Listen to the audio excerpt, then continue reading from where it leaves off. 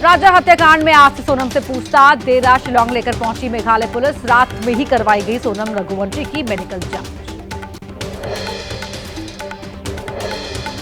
MP से गिरफ्तार आरोपियों को आज से शिलांग लेकर पहुंची शिलांग की पुलिस। वहीं इंदौर से लेकर के देर रात हुई थी रवाना। हत्या के आरोप में राजा कुशवाहा सहित 4 आरोपी अरेस्ट हुए। सोनम सहित सभी 5 आरोपियों को आज ही शिलांग कोर्ट में पेश किया जाएगा। क्राइम सीन पर ले जाकर पुलिस करा सकती है रिक्रिएशन। जहां किलर्स रुके वहां भी कराई जा सकती है शिनाख्त।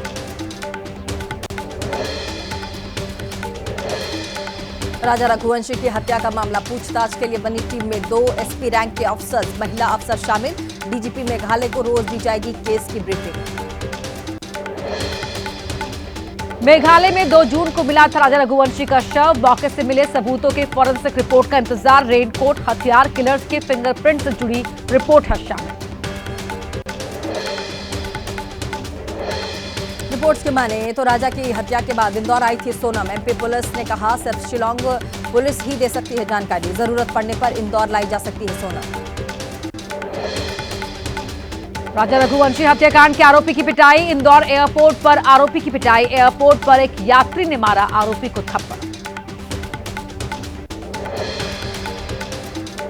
राजा रघुवंशी हत्याकांड के आरोपी पर फूटा लोगों को गुस्सा। थप्पड़ मारने वाले सुशील लखवानी ने कहा महिला ने प्लानिंग के साथ हत्या की, सबको दी जानी चाहिए फांसी। शिलांग के गांव से एबीपी न्यूज की ग्राउंड रिपोर्ट। 22 मई को डबल डेकर ब्रिज जाने के लिए सीढ़ियों का किया इस्तेमाल, क्योंकि ब्रिज पर दर्ज किए जाते हैं यात्रियों के नाम। 22 मई को शिप्रा होम स्टे में सोनम और राजा ने गुजारी थी रात। 23 मई को सुबह तकरीबन 5 बजे गांव के लिए रवाना हुए थे। रास्ते पर चाय पी थी। ब्रिज पर फोटो खींचते दिखे थे दोनों। राजा रघुवंशी मर्डर केस में एफआईआर कॉपी आई सामने। सभी ज्वेलरी, कैश से भरा पर्स था गायब। 2 जून को मिला था राजा रघुवंशी का शव। राजा रघुवंशी हत्याकांड में आरोपी राज कुशवाहा से नहीं मिल पाए परिजन। राज कुशवाहा की मां ने बताया मुझे नहीं मिलने दिया गया, कहा कि बाद में आना। यूपी के फतेहपुर का रहने वाला है आरोपी राज का परिवार। परिजनों ने कहा कोरोना से पिता की मौत के बाद सोनम की फैक्ट्री में करता था राज कुशवाहा काम। दादी ने की निष्पक्ष जांच की मांग। राजा हत्याकांड में आरोपी विशाल के घर से वारदात के वक्त पहने हुए कपड़े बरामद हो गए हैं। मेघालय पुलिस ने इंदौर पुलिस के साथ कई ठिकानों पर जांच की। उस जगह भी गई जहां पर रची गई थी साजिश। इंदौर के मंगल सिटी मॉल में सोनम रघुवंशी का था ऑफिस। लोगों ने बताया यही सोनम के साथ काम करता था राज कुशवाहा। करीब 7-8 कर्मचारी करते थे काम।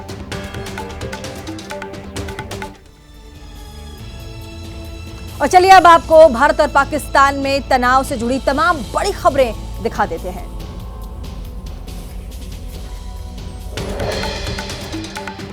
पीएम मोदी ने विदेश दौरे से लौटे डेलीगेशन के मेंबर से की मुलाकात। कहा जिस तरह ऑल पार्टी डेलीगेशन ने भारत की आवाज को आगे बढ़ाया उस पर मुझे है गर्व।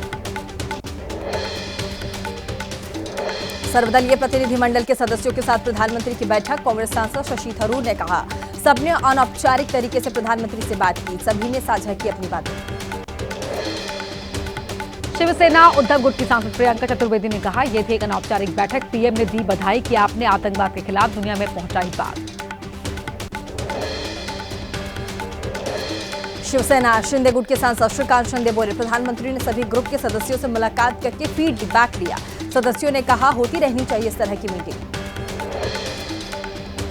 कांग्रेस नेता मनीष तिवारी ने कहा सदस्यों ने पीएम से अपने अनुभव साझा किए। प्रतिनिधिमंडल की इन यात्राओं ने आतंकवाद के खिलाफ रखी अंतर्राष्ट्रीय गठबंधन बनाने की नींव। सर्वदलीय प्रतिनिधिमंडल के सदस्यों से प्रधानमंत्री की मुलाकात। टीएमसी सूत्रों के मुताबिक अभिषेक बैनर्जी ने प्रधानमंत्री का अभिवादन किया। उनके टेबल पर नहीं आए थे प्रधानमंत्री, इसलिए नहीं हो पाई बात। पीएम मोदी ने की ऑल पार्टी डेलीगेशन से मुलाकात। मीटिंग में नहीं शामिल हो पाए ओवैसी। कहा रिश्तेदार की तबीयत खराब होने की वजह से जाना पड़ा दुबई। और बंगाल विधानसभा में पहलगाम हमले की निंदा का प्रस्ताव। ममता ने कहा हमला केंद्र सरकार की लापरवाही का नतीजा है। बीजेपी छोड़ी सत्ता क्योंकि लोगों की सुरक्षा में नाकाम। बंगाल विधानसभा में पहलगाम हमले की निंदा का प्रस्ताव पारित नहीं हुआ। ऑपरेशन सिंदूर का जिक्र, बीजेपी ने कहा ममता पाकिस्तान की तरफ से कर रही बैटिंग। शरद पवार ने की केंद्र की विदेश नीति की आलोचना, कहा पड़ोसी देशों से सार्थक संवाद के लिए माहौल बनाने में फेल रही है ये सरकार, साथ ही एनसीपी ने नहीं किया राष्ट्रीय हित से जुड़े मुद्दों का राजनीतिकरण। रक्षा मंत्री राजनाथ सिंह ने कहा वो दिन दूर नहीं जब पूरा कश्मीर होगा एक। पाकिस्तान को यूएन में काउंटर टेरर का उपाध्यक्ष बनाया, दुर्भाग्य की बात है।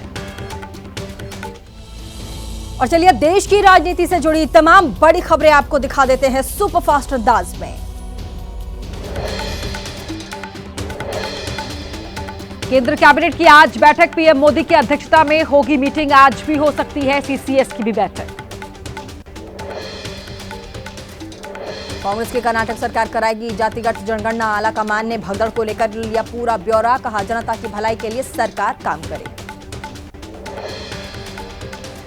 लालू प्रसाद यादव का 78वां जन्मदिन सामाजिक सद्भावना दिवस के रूप में मनाएगी आरजेडी। बिहार के सभी जिलों में बांटेगी भोजन, बच्चों को किताब, रक्तदान का भी आयोजन। बिहार की कानून व्यवस्था के मुद्दे पर आरजेडी हमलावर तेजस्वी ने कहा 2005 के बाद लगातार बढ़े अपराध, इतनी बड़ी घटनाएं हो रही हैं लेकिन सीएम एक शब्द बोलने को तैयार नहीं। कानून व्यवस्था को लेकर प्रशांत किशोर का निशाना, लालू को बोलने का अधिकार नहीं। नीतीश शारीरिक मानसिक रूप से सक्षम नहीं। मांझी को चिंता तो केंद्र से आकर बिहार में करे काम।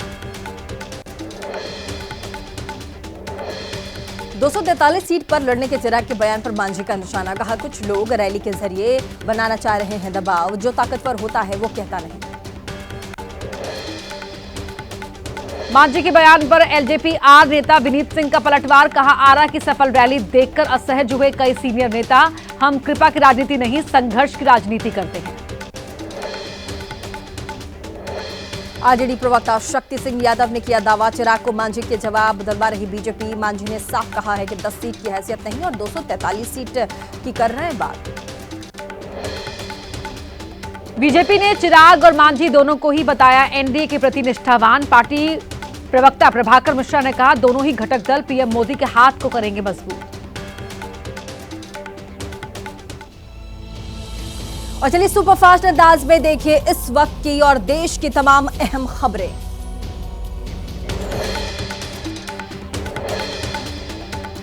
बांग्लादेश पाकिस्तान सीमा की आधुनिक तकनीक से होगी निगरानी। घुसपैठ की कोशिशों पर लगाम लगाना होगा आसान। किसी भी गतिविधि पर तुरंत कई जगहों पर बजेगा अलार्म।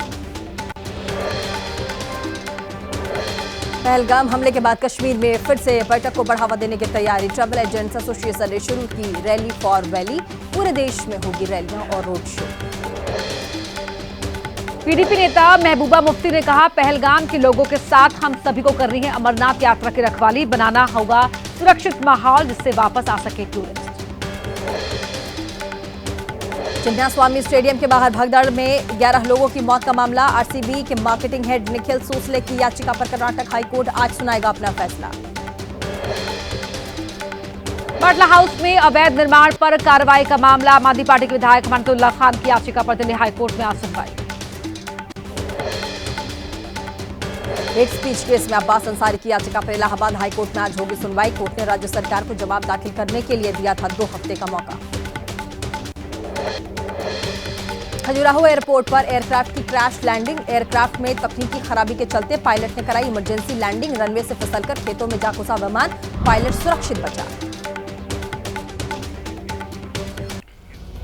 और आइए सुपरफास्ट अंदाज में अब आपको दे देते हैं क्राइम अपडेट।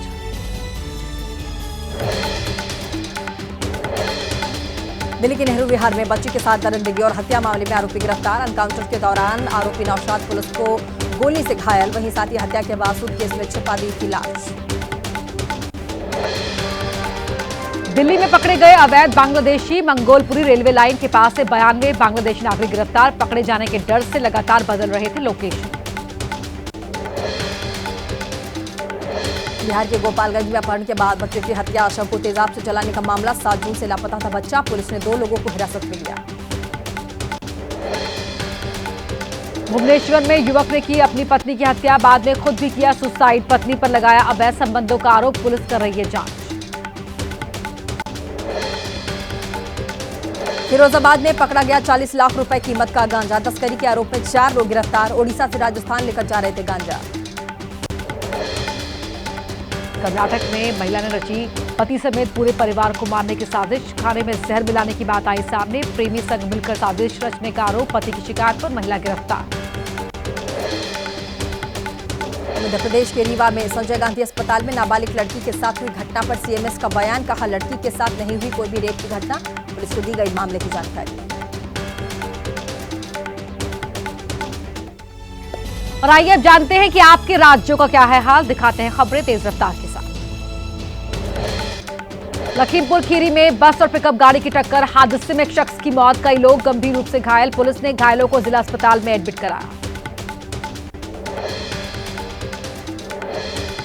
बिहार के हाजीपुर में रफ्तार का कहर। तेज रफ्तार स्कॉर्पियो ने 4 लोगों को कुचला। एक की मौत, 3 लोग गंभीर रूप से घायल। गुस्साए लोगों ने कार में तोड़फोड़, चालक की पिटाई की। लखनऊ के जनेश्वर मिश्र पार्क के पास फ्लैट में लगी आग। पार्क व्यू अपार्टमेंट की 4थी मंजिल पर भीषण आग लगी। मौके पर पहुंची फायर ब्रिगेड की 4 गाड़ियों की मदद से आग को बुझाया गया। ठाणे में फूड स्टॉल की गाड़ी में सिलेंडर ब्लास्ट। धमाके की वजह से लगी आग। देखते ही देखते गाड़ी जलकर धू-धू करके खाक। एलोरी रेलवे स्टेशन के पास ये बड़ा हादसा। नोएडा में चलती कार में लगी आग। सेक्टर 61 मेट्रो स्टेशन के पास कार में आग लगी। ड्राइवर ने वक्त रहते बचाई बाहर निकलकर अपनी जान। आग कैसे लगी वजह साफ। यूपी के बुलंदशहर में ट्रांसफार्मर में लगी आग। मौके पर पहुंचे फायर की टीम ने कड़ी मशक्कत के बाद पाया आग पर काबू। गर्मी बढ़ने की वजह से आग लगने की आशंका। आंध्र प्रदेश के तिरुमला में जंगल में लगी आग। वन विभाग ने फायर ब्रिगेड के साथ मिलकर आग पर पाया काबू। आग लगने के कारणों की कराई जा रही है जांच। ग्रेटर नोएडा अथॉरिटी ने मुक्त कराई 20,000 वर्ग मीटर जमीन। अवैध कॉलोनी काटने पर अथॉरिटी की कार्यवाही। तकरीबन 40 करोड़ रुपए कीमत की जमीन से हटवाया गया।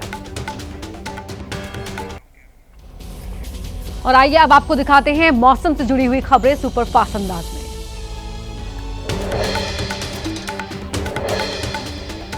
दिल्ली एनसीआर में अभी नहीं मिलने वाली गर्मी से राहत। आज तापमान 45 डिग्री तक पहुंचने की आशंका है। अगले 2 से 3 दिनों तक हीट वेव जारी रहने का अनुमान है। आज राजस्थान के कुछ हिस्सों में चल सकती है भीषण लू। राजस्थान, जम्मू कश्मीर, पंजाब, हरियाणा, चंडीगढ़, यूपी और एमपी के कुछ हिस्सों में लू चलने का अनुमान। गर्मी का सितम झेल रहे गोरखपुर के लोग लू चलने की वजह से घरों से बाहर निकलना दुभर हुआ। जल्द मानसून आने की इंतजार कर रहे लोग। मुंबई आगरा नेशनल हाईवे पर नदी में गिरा कंटेनर। तेज आंधी की वजह से संतुलन बिगड़कर नदी में गिरा कंटेनर। हादसे में ड्राइवर समेत 2 लोग घायल। कंटेनर के अंदर लदी हुई हैं कारें। देश के कई राज्यों में आज फिर करवट ले सकता है मौसम। अंडमान निकोबार द्वीप समूह, केरल, कर्नाटक, नागालैंड, मणिपुर और मिजोरम में कुछ स्थानों पर भारी बारिश की संभावना।